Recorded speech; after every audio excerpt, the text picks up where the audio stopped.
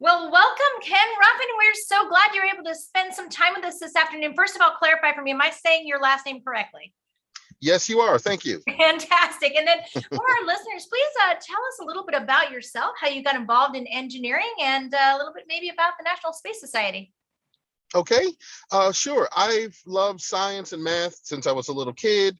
I became fascinated with space, in particular space travel, as an 8-year-old, watching, just coincidentally, there's a guy named William Shatner who happened to go to space literally for Okay. the first time today in real life.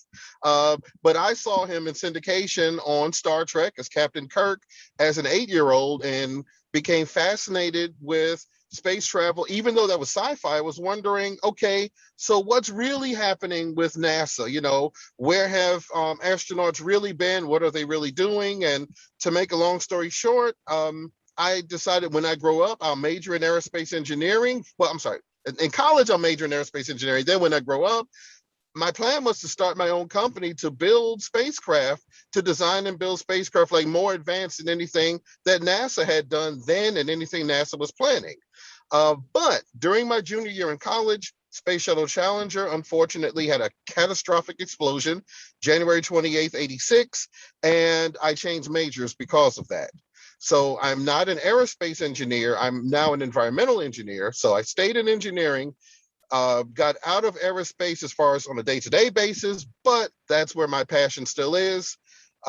Joined the National Space Society in 2010, became chapter president in 2011, and our chapters won in the last 8 years.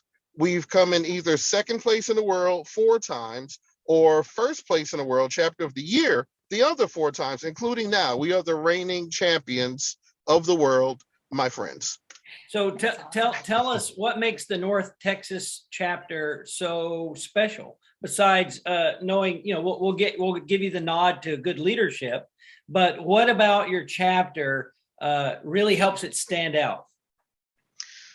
Oh, wow. I'm going to have to guess, since I'm not literally on the committee that, that chooses or decides which chapter wins, but we do a variety of things. I mean, we go to museums and planetaries and libraries and schools to engage with the public, to inform the public about the latest information in space travel. We have items from NASA that we give away. We have lithographs, we have magazines from the National Space Society, and we have presentations that a few of us in the chapter will create and present, primarily me, but not all me. And, many times through the years, I've given about 170 presentations in the last 10 years, and all about space. And from time to time, people in the audience decide to join National Space Society after watching the presentation. And I've also been interviewed by local TV news stations a few times through the years to talk about a particular rocket launch, a particular mission, and just that combination of those different activities, and I guess the fact that the chapter has grown through the years, including even the last, during COVID, as our chapter has still at least held our own during COVID. And prior to that, we were consistently growing through the years, growing in as far as number of members. So you reach out to some schools, you said, as well. How do you are you going out to speak? Go ahead. They actually reach out to me. Oh, okay. Well, now, Yeah. see, so are you talking middle, high school, elementary school, or the whole gamut, or university? All of the above, from elementary through university. So go ahead.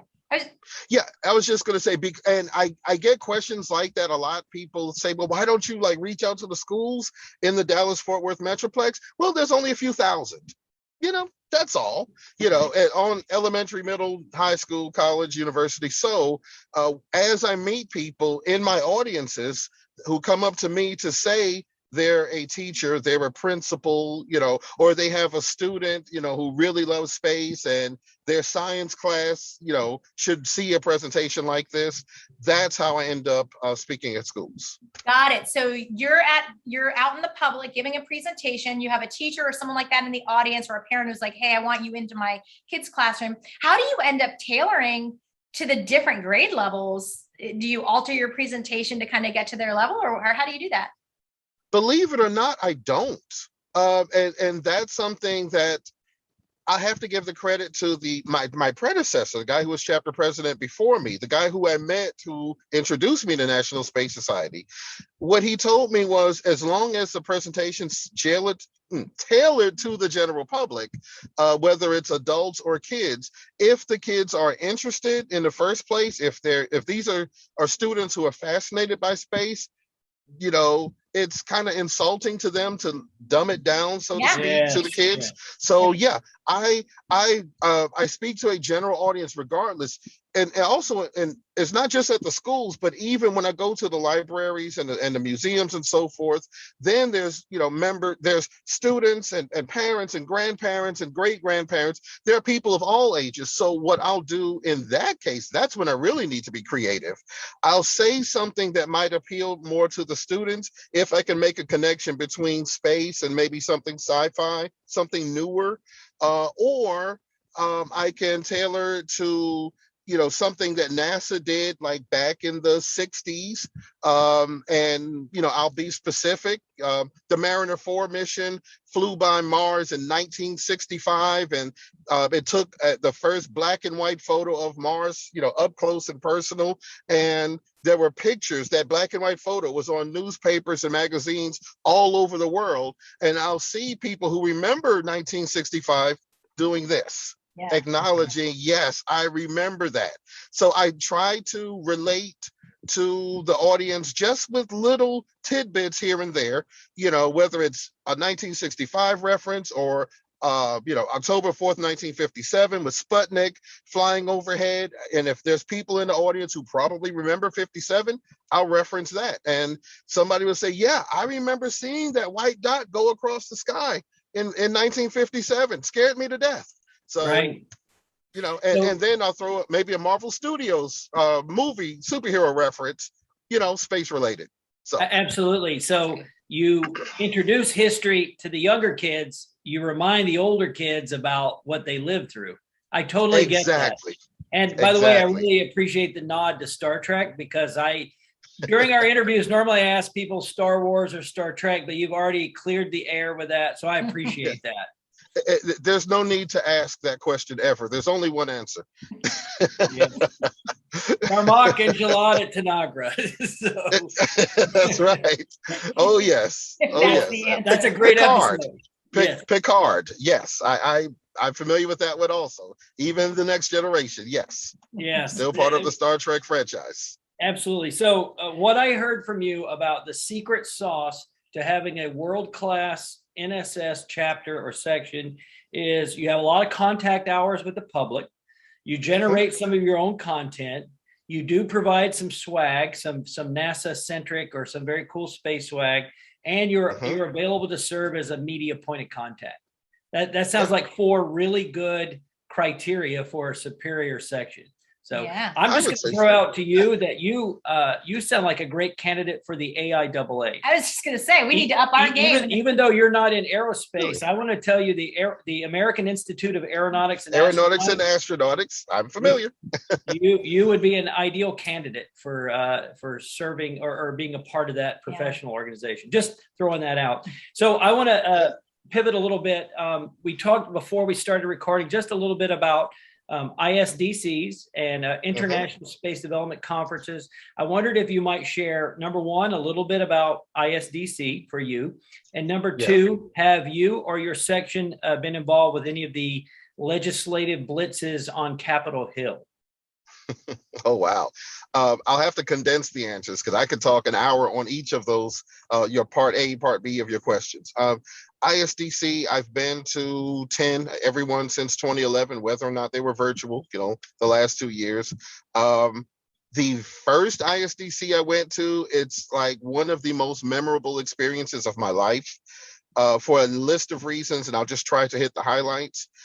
The first morning of the first day of ISDC, there's the welcome, as you might expect for any conference. We're at a hotel ballroom. There's hundreds of people in the audience. So it's my first ISDC. I'm like a nervous little kid. So I'm sitting way in the back row, literally, deliberately in the last row, out of the way, just taking in the whole experience, waiting for the first speaker to get on stage. And while I'm sitting there waiting in this empty row, a guy walks up and walks over and sits down right next to me and extends his hand. "Hi, my name is John." I said, "Yeah, I know. You're John Mankins. I used to read about you when I was a kid. You're the space solar power expert for the United States, if not worldwide." Just in case you didn't know that. So that was how my first ISDC started out. And later that day, I met a guy people may have heard of, Buzz Aldrin, Dr. Buzz Aldrin. You might have heard the name once or twice. And, NASA, other engineers, scientists, and then from commercial spaceflight companies, executives, engineers, and scientists. And that was basically day one. And it was just overwhelming. I mean, it's one thing to read, here are the VIPs, that are expected to be in attendance. Here are the speakers. It's one thing to read the list and, I'm thinking I'll see them on stage, off at a distance. But no, one of those engineers sat down next to me and shook my hand, and I had a chance to interact with a variety of these people, not just at that first conference, but ever since. And what's made it even nicer through the years, when I mentioned the chapter awards that we've received, being number one in the world, National Space Society Chapter of the Year, those awards are announced during ISDCs. So my chapter members and I, who are in attendance, walk up on stage and accept the awards and, shake hands, pose for pictures. So people at the ISDC have seen us go on stage year after year after year, which makes me almost look famous. Yeah, and, you're a celebrity. Hey, everybody loves a winner, right? Everybody loves a winner.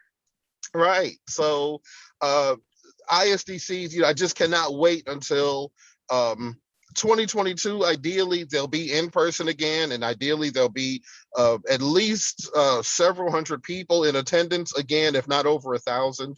So it's such a rewarding experience for people who love space. And I think that was only the first part of your question. Remind me of the second part. Congressional advocacy. Yes. Personally, I have met with, whether it was in person a few years ago and virtually recently, including today. I have interacted with U.S. representatives as well as Congress people to discuss specific topics from the Alliance for Space Development / National Space Society. There's a PowerPoint, a short PowerPoint presentation highlighting specific topics that NSS is advocating for and details as to why these topics are essential and what our ask is, so to speak. What amount of money are we asking for and specifically why we're asking for it. So that was one of the things I did literally earlier today. And I've done this several times through the last 5 years or so. And for our listeners, what he's referring to is not an ask for himself or his chapter, but for aerospace priorities in the United States. Exactly. We actually do some advocacy just like that with the students. We do it we've done it for the AIAA. We've done it for the Space Exploration Alliance, and that was definitely affected by COVID. But and I've gotten to go, right? That's really how I kind of got involved with the work that Kevin does. Is I was the debate teacher at our school where he was building CubeSats. And so our kids were going out and being asked to speak, not only with these legislators of these blitzes, but also at Kennedy, at the NASA headquarters and at the White House Office of Technology Policy, all of that. So I got involved in that. And my first experience traveling with them was to do one of these legislative blitzes. There's nothing cooler than being able to walk those halls in DC, underground, the tunnels and just to go and talk with people that you elect, Yes. They say that travel is the best education. And when you sit in your hometown, you have perceptions about the government. But when you go and interact with the government and you try to do real business, I think that elevates your understanding of both the complexities and the people that you interact with. Not to say there won't be some yahoos on either side of an issue, but that's how we make the sausage, right? Is to get in the trenches and advocate for what we want. So, well, and usually, as you pointed out, space is generally beloved by both sides of the aisle, so that's a good thing. Space is the truly one. What do you call it? Crosses the aisles, right? Yes, absolutely, absolutely. Yeah, we're from Florida, so it's there's a lot of Florida jokes out there, but there's one thing the Florida delegation is pretty good about is they tend to be very supportive of space. And you're obviously from, Texas is, basically its own country, and it has a lot of pride and just like Florida. Absolutely. And you have a lot of pride in your space program as well. And so we totally get that. Right. I want to ask you, go ahead. Yeah, just really, really quickly. I do live in Texas, been here for 14 years, but I've actually lived on the East Coast in a few states. I've lived in California. So, I have that, I guess, national sort of perspective, which is a little different. It's my perspective is not just Texas centric. So. Right. I want to share one ISDC story with you. My first one I went to, and I can't remember if it was Chicago or Huntsville but I had gotten a group of kids from Japan and the US, and we entered the space settlement contest together as one team, and Chile, and Charlie Bolden was the NASA administrator, and he met with all the kids, had pictures with them. He even sent them a photo where he signed it for them. I thought, as you were mentioning, how cool is it to meet your heroes, the people you look up to, basically history books, right? Walking around, these guys are history books. Which one was the one where Owen, one of our students, got to meet Buzz Aldrin? I mean, he cites that all the time. We had a student one year at a conference. It wasn't ISDC? No, it was Humans to Mars. He was so dumbfounded he couldn't even speak. He was speechless when Buzz was talking a little bit with him, but he was a high school kid and he didn't have words, right? I understand. I can relate. I felt practically the same way the first time I met him. Charles Bolden was the keynote speaker in 2012 at ISDC in Washington, D.C. And he was surrounded by students after he spoke. And I was patiently waiting and kind of maneuvering with him as he moved through the crowd. And finally, I had to just kind of walk around the crowd and kind of maneuver my way through, get in front of him so I could get a picture with him. So, I remember that quite well. So, awesome. Let me ask about this. What do you see as the future for the National Space Society? Where, what direction do you believe the organization is heading? You're obviously a vital member of the, a vital cog in the machine. What do you see on the horizon? What do you see as the good, the bad, the ugly for what's coming up in the next few years? I think the National Space Society will continue to grow. I mean, obviously, with COVID, there have been that's had a negative effect on many different organizations, especially if it involves interacting face to face and, in groups and so on and so forth. But the trend is improving, and with the increase in attention to commercial space flight, for one, and that's been a really, hot topic for the last few years, but also most people in the general public are not aware, I think, of the Artemis program and Space Launch System rocket, Orion capsule. That combination, it's the testing is nearly complete. It's already at the vehicle assembly building at Kennedy Space Center. It's scheduled to launch perhaps now in January 2022. I think as the public actually sees even more things happening, when there's even more news coverage, that's going to just have a really profound effect, I hope, not just on students being, more inspired into going into STEM fields, which is, of course, extremely important, but for the National Space Society, for our membership and other organizations, other space-related organizations.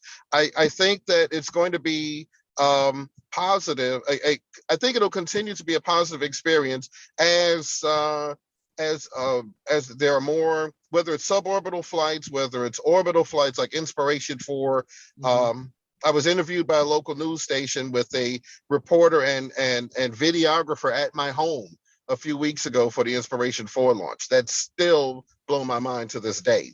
And again, the Space Launch System, Artemis 1, sending the Orion capsule on an uncrewed trip around the moon. You know, I call it a test drive when I give my presentations. You know, I say, if you've ever taken a test drive where you drove your car, whether it was around the block or for a few miles, maybe you kept it for a weekend. Well, with Artemis 1, there's going to be a test drive around the moon.